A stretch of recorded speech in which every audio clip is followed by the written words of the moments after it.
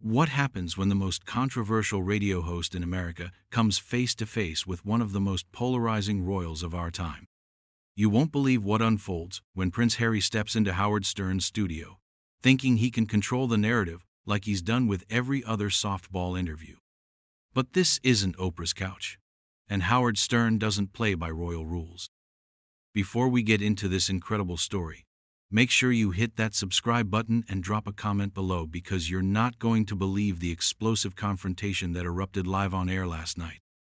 The tension was palpable from the moment Prince Harry walked into the SiriusXM studios. Word backstage was that Harry had specifically requested certain topics be off limits, something that immediately set Howard's teeth on edge. Anyone who knows Stern knows he doesn't take kindly to celebrities trying to dictate the terms of his show. The Duke of Sussex arrived with his usual entourage of handlers, each one armed with clipboards and stern expressions, as if they were entering enemy territory rather than a radio studio. Howard started the interview with his trademark casual demeanor, leaning back in his chair with that knowing smirk that has made him millions of enemies and even more fans over the decades. "So, Harry," he began, his voice carrying that familiar New York edge, "you're here promoting your new Netflix documentary series. But I gotta ask, don't you think the American public is getting a little tired of the whole, 'poor me, I was born into unimaginable wealth and privilege' routine?" The question hung in the air like a loaded weapon. Harry's media-trained smile faltered for just a microsecond before he recovered, but Howard caught it. He always catches it. "Well, Howard," Harry replied, his British accent seeming to thicken slightly under pressure, "I think there's a difference between sharing one's authentic experience and complaining. Mental health is something that affects everyone, regardless of their circumstances." "Mental health, right?" Howard nodded, but his tone was already shifting into that dangerous territory his longtime listeners know all too well. "But let's be real here, Harry. You've made millions talking about how tough your life was. You had a Netflix deal worth what, $100 million? You wrote a best-selling book. You're doing podcasts, documentaries, interviews. At what point does sharing your truth become a really lucrative business model?" The studio fell uncomfortably quiet. Harry's handlers exchanged worried glances, and you could practically see them calculating whether they should intervene. But Harry, to his credit or detriment, decided to engage. "I think that's quite a cynical way of looking at it, Howard.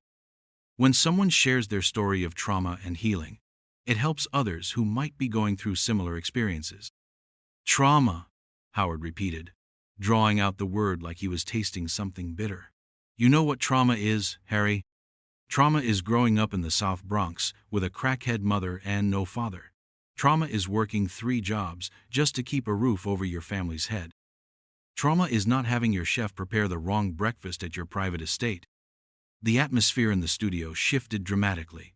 Howard's producer Robin Quivers, who had been relatively quiet up to this point, let out a barely audible, "Oh boy," sensing what was coming. Harry's jaw visibly tightened, and for the first time since entering the studio, his carefully constructed media persona began to crack. "That's incredibly dismissive," Harry shot back, his voice rising slightly. "Just because someone has financial security doesn't mean they can't experience genuine psychological trauma. The death of my mother, the constant media harassment, the institutional racism my wife faced." "Oh, here we go with the racism card again," Howard interrupted, his voice dripping with sarcasm. He leaned forward in his chair, his eyes locking onto Harry's with predatory intensity. "You know what I find interesting, Harry? Every time you or Meghan face any kind of criticism, it's automatically racism. Bad press? Racism. People questioning your actions? Racism. The fact that maybe, just maybe, some people think you're a couple of entitled brats who bite the hand that fed them? Must be racism." The color drained from Harry's face, but Howard wasn't finished. He was just getting warmed up, and anyone familiar with his style knew that when Howard Stern smells blood in the water, he becomes relentless. "And another thing," he continued, his voice gaining momentum, "this whole narrative about protecting your family's privacy while simultaneously putting your entire life on Netflix, writing tell-all books, and doing interviews with anyone who'll pay you enough money. Don't you see the hypocrisy there? Harry's media training was clearly being put to the ultimate test. You could see him trying to formulate a response that would diffuse the situation while still defending himself. But Howard had put him in an impossible position. We share our story on our terms, Harry finally managed, to combat the lies and misinformation that have been spread about us for years. Your terms? Howard laughed, but it wasn't a pleasant sound. Right, because God forbid anyone else gets to have an opinion about the guy who turned his back on his family, moved to California, and now makes a living trashing the very institution that gave him his title and his relevance. Tell me, Harry, if you hate being a royal so much, why don't you just give up the title? Why do you still call yourself the Duke of Sussex if you want nothing to do with the monarchy? The question hit its mark. Harry's carefully maintained composure began to crumble, and you could see genuine anger flashing in his eyes. His handlers were now actively trying to catch his attention, probably signaling for him to either change the subject or wrap up the interview entirely. But Harry, perhaps driven by years of pent-up frustration from softball interviews where he was treated with kid gloves, decided to fight back. You know what, Howard? Harry said, his voice taking on a harder edge. I came here thinking we could have an intelligent conversation about important issues. But clearly, you're more interested in cheap shots and tabloid-level gossip than actually discussing anything meaningful. Howard's eyebrows shot up, and a dangerous smile spread across his face. The king of all media had just been challenged on his own show, in his own studio, by someone who clearly didn't understand the fundamental rule of appearing on the Howard Stern show. Howard always wins. The tension in the room ratcheted up to an almost unbearable level as everyone present realized they were witnessing something that would be talked about for years to come. Oh, I see, Howard said, his voice becoming deceptively calm. So now I'm the bad guy for asking you actual questions instead of kissing your ass like Oprah and all the other sycophants you usually talk to. Here's a thought. Your Royal Highness, maybe. If you can't handle being challenged on your bullshit, you shouldn't be doing interviews at all. But what Howard said next would push Prince Harry completely over the edge, setting up a confrontation that neither man would walk away from unchanged. Howard leaned back in his chair with the confidence of a man who had spent decades perfecting the art of psychological warfare through radio waves. His next words came out with surgical precision, designed to hit exactly where it would hurt most. You know what I think this is really about, Harry? I think you're jealous. Jealous that your brother gets to be king while you're stuck making Netflix documentaries and begging for relevance in Hollywood. All this mental health and protecting my family nonsense is just cover for the fact that you're the spare who couldn't handle being second fiddle. The words hit Harry like a physical blow. His face flushed red, and for a moment the veneer of royal composure completely evaporated. Robin Quivers audibly gasped, knowing that Howard had just crossed a line that even he rarely crossed. The studio fell into dead silence, the kind of silence that precedes an explosion. "How dare you?"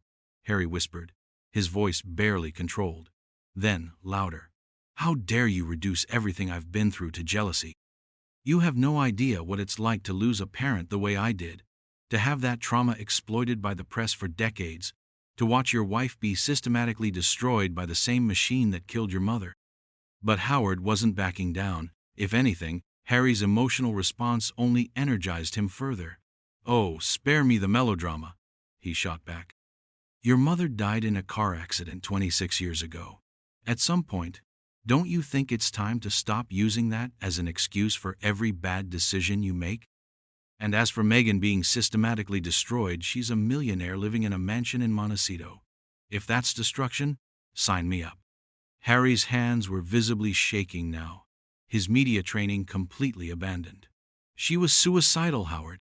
My wife was driven to the point where she wanted to take her own life because of the treatment she received, and you're sitting here making jokes about it like it's some kind of game." "Suicidal?" Howard repeated, his tone shifting to something even more dangerous. "Let me ask you something, Harry. If Meghan was really in such a dark place, why didn't you just leave quietly? Why did you have to make a whole production out of it? Why the Oprah interview? Why the Netflix series? Why the book deals? If someone I loved was truly suffering, I'd get them help and get them out of the situation.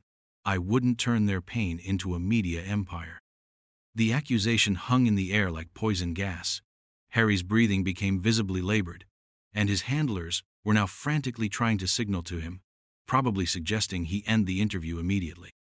But Harry was beyond rational thought now, consumed by a rage that had been building for years. "You're sick," Harry said, his voice filled with genuine disgust. "You're actually sick. Do you get off on this? Tearing people down for entertainment? Making light of mental health struggles? No wonder your own relationships have been such disasters. Who could love someone so fundamentally cruel?" The personal attack on Howard's relationships was a tactical error of monumental proportions. Howard's expression changed completely, his predatory smile vanishing and being replaced by something much colder and more dangerous. The studio atmosphere became electric with tension, and everyone present knew they were witnessing something that would have consequences far beyond this single interview. "Oh, now we're getting personal?" Howard's voice dropped to a menacing whisper. "Okay, let's get personal, Your Royal Highness. Let's talk about how you abandoned your family when they needed you most. Your grandfather was dying, and where were you? Making deals in Hollywood. Your grandmother, who gave you everything, who protected you your entire life, and you couldn't even be bothered to show up for her final years because you were too busy playing victim in California." Harry shot to his feet, his chair scraping loudly against the floor. "Don't you dare talk about my grandmother. Don't you dare bring her into your sick little game." "Sit down," Howard commanded, but his voice had lost none of its authority despite Harry's obvious agitation. "We're not done here. You came on my show. You play by my rules.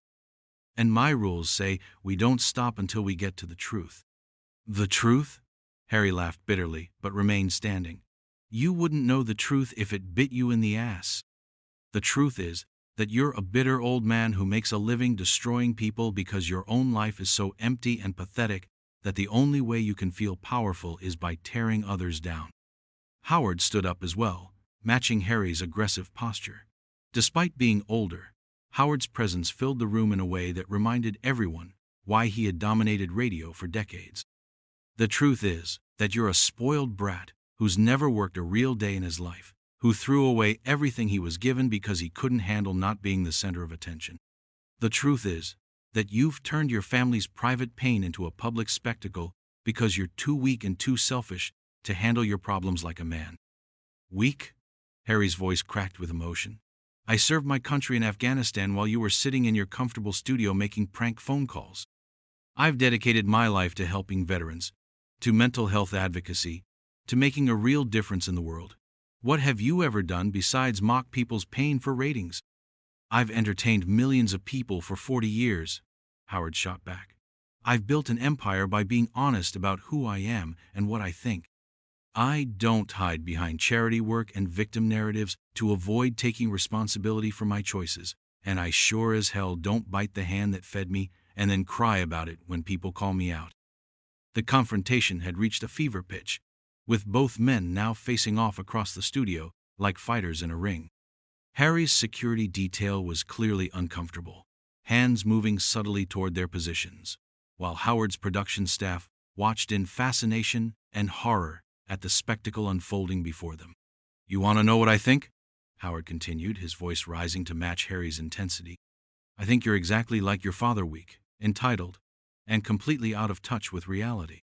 The only difference is that Charles at least had the dignity to suffer in silence, instead of turning his personal problems into a media circus." The mention of his father seemed to push Harry past his absolute breaking point. His face contorted with rage, and for a moment, it looked like he might actually take a swing at the radio host. The security personnel tensed, ready to intervene if necessary, while everyone else in the studio held their breath. "Don't you ever," Harry seethed, his voice barely human now, "ever compare me to that man. You have no idea what you're talking about. None. You sit here in your little bubble, judging people's lives like you're some kind of authority on human nature, but you're nothing.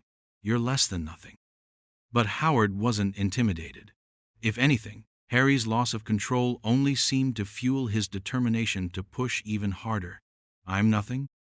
I'm not the one who abandoned his duty, turned his back on his family, and now spends his time whining about how hard his privileged life has been. At least I own what I am. You're still pretending to be some kind of humanitarian hero when really you're just... Howard paused dramatically, knowing that his next words would either end the interview or escalate it to a point of no return. The silence stretched out unbearably as Harry stood there, trembling with rage, waiting for the final blow that would determine how this confrontation would end. You're just a coward, Howard finally said, his voice cutting through the silence like a blade. A coward who couldn't handle the pressure of being royal, so you ran away to America and convinced yourself it was about principles. But we both know the truth, don't we, Harry? You didn't leave to protect your family or fight racism or any of that noble bullshit you've been peddling. You left because being a working royal was hard, and you've never done anything hard in your entire life. The words hit their target with devastating precision. Harry's face went from red to white in an instant, his hands clenching into fists at his sides. You don't know what you're talking about. He managed through gritted teeth, but his voice lacked the conviction it had carried earlier. Howard had found the nerve he was looking for. Oh, but I do, Howard pressed on, sensing victory. I know exactly what I'm talking about. You want to know how I know? Because I've spent 40 years talking to people, reading people, understanding what makes them tick. And you, Harry, you're an open book. You're the guy who got everything handed to him and still couldn't cut it. So when things got tough, when the media got mean, when your wife faced the same scrutiny that every royal has faced for centuries, you tucked tail and ran. Harry's breathing was becoming rapid and shallow, his composure completely shattered. Stop, he whispered. But Howard was relentless now, sensing that he had his guest exactly where he wanted him. You want to talk about your mother? Howard continued, his voice taking on a mocking tone that made everyone in the studio uncomfortable. Diana would be ashamed of what you've become. She faced the same media scrutiny, the same institutional pressure, and she stayed. She fought from within. She didn't abandon her duties and flee to California to make Netflix documentaries about how hard her life was. That was the breaking point. Harry exploded with a rage that seemed to surprise even himself. How dare you? He screamed, his voice cracking with emotion. How dare you invoke my mother's name? You didn't know her. You have no right to speak about what she would think. I have every right, Howard shot back, matching Harry's volume.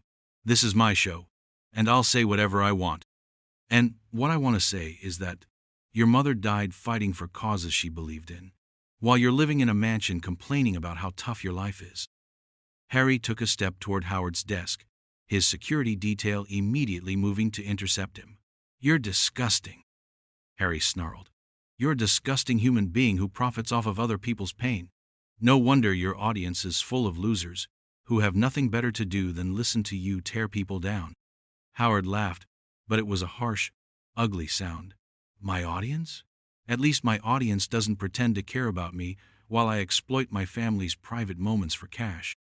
At least they're honest about what they want. Unlike you, sitting there pretending this interview is beneath you when you're the one who came begging to be on my show to promote your latest cash grab. I never begged to be anywhere near you, Harry spat.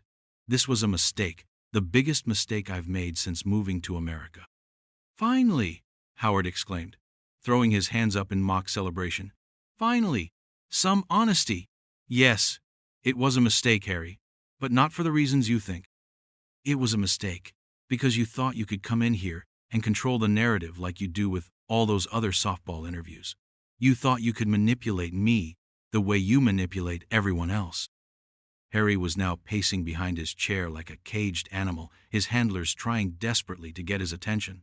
You're delusional if you think this was manipulation, he said, his voice shaking with fury. This was me trying to have a civilized conversation with someone I thought was a professional. Clearly, I was wrong. Professional? Howard scoffed. Kid, I've been a professional longer than you've been alive. The difference is I'm honest about what I do. I tear people down for entertainment, and I'm damn good at it. You, on the other hand, pretend to be some kind of humanitarian while you're really just another celebrity cashing in on your trauma. That's it, Harry said suddenly, his voice deadly quiet. I'm done. This interview is over. He started to remove his headphones, but Howard wasn't finished.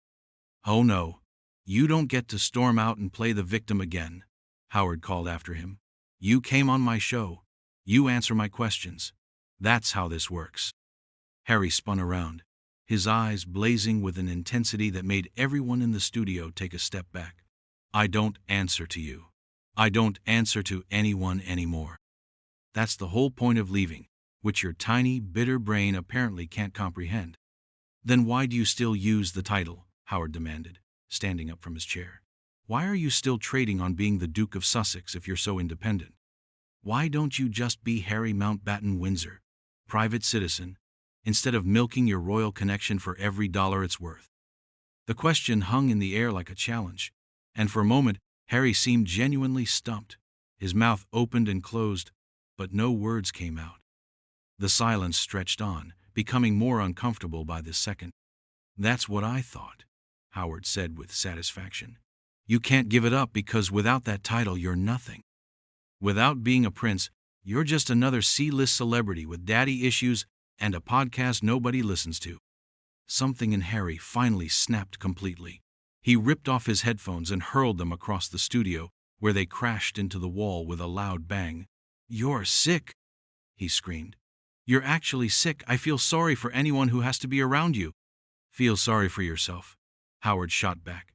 You're the one who's going to have to live with being a disappointment to everyone who ever believed in you. Harry stood there for a moment, chest heaving, looking like he was deciding whether to say something else or just leave. Finally, he seemed to make his choice. You know what, Howard? You win. You got what you wanted.